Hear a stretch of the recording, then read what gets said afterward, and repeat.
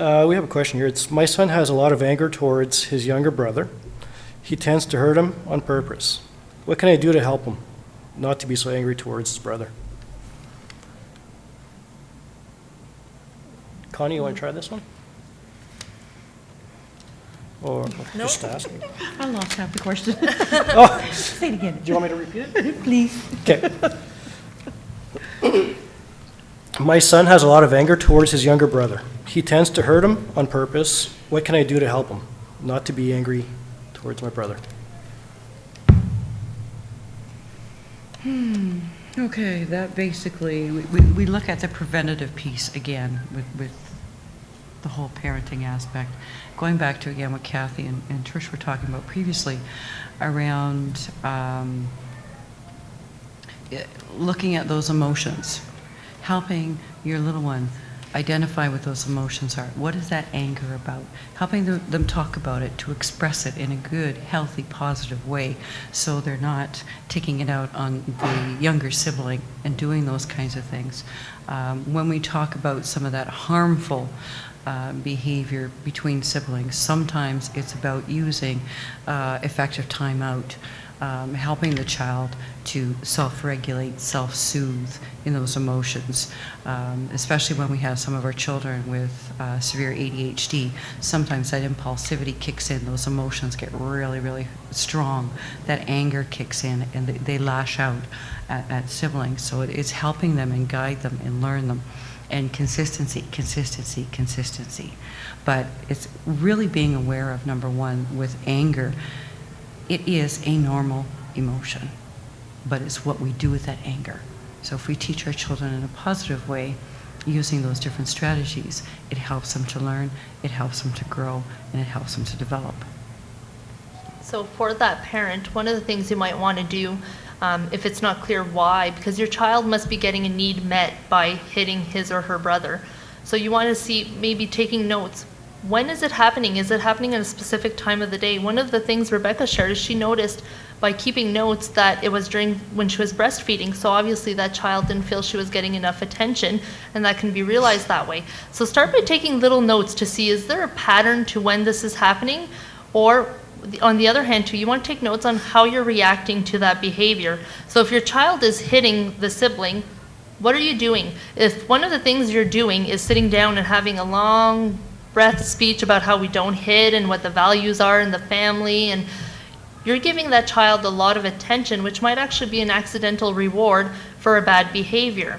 So that child will then learn, I get my needs met that way. Or on the other hand, if it's the older sibling and they're hitting or being aggressive with the other one, and then they get the child's toy, or they get, the snack or whatever, and there's no consistent follow-up or a consistent consequence, then that child might be learning, you know what, I get what I want if I do this, and there's no follow-up. So we're going back to talking about consistency. So there's a couple of aspects to that question that you want to follow up on.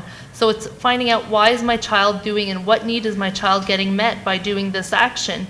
And then how can we as parents help our child find out or find the skills needed to be able to find alternative measures of coping with that anger? Because like Connie had mentioned, we're all going to be angry at some point, but it's how we deal with it that's important. Thanks, Kathy. We just have a question here. How do I get my child to listen to me the first time instead of repeating it more than once, and then I get upset?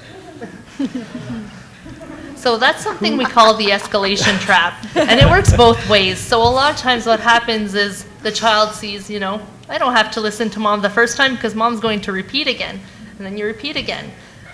And then the child learns, well, if I don't listen, she's just going to repeat again. So a lot of times we're our own worst enemy, because we will repeat it 3 to 4 to 5 to 10 times until our child complies. But if we stopped repeating after, we want to give the child, first of all, 5 seconds to listen to our instruction. A lot of times for us, it's very natural to, you told me to go sit down, I'll go sit down. But for a child, it takes time to process, because it's a new pathway that they're creating. These are new instructions for them. So they have to learn, what does this mean to me? I have to stop what I'm doing currently, and that means I have to go over there. That takes them a little bit of time. So what we have to do as parents is remain calm and give our child that 5 seconds to comply to our instruction. Repeat it a second time, because they are going through a transition. This is something big for them. If they don't comply, go to a consequence. Why keep repeating it? Because the child's not following through. So then if you put a consequence immediately, what that child is learning is, I better listen the first time because I'm going to have to listen anyways. So might as well do it from the get-go.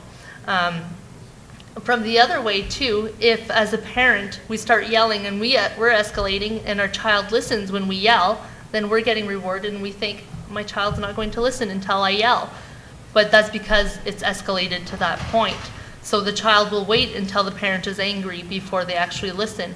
So a lot of things is what we have to do is we have to look at the way we're doing our parenting and look at how many times am I allowing myself to repeat that instruction before I actually put a consequence in place.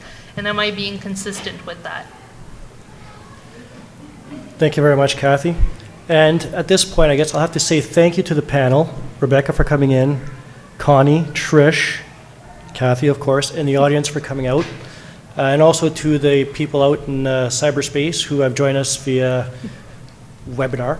Thank you for joining us and providing you with your wonderful questions.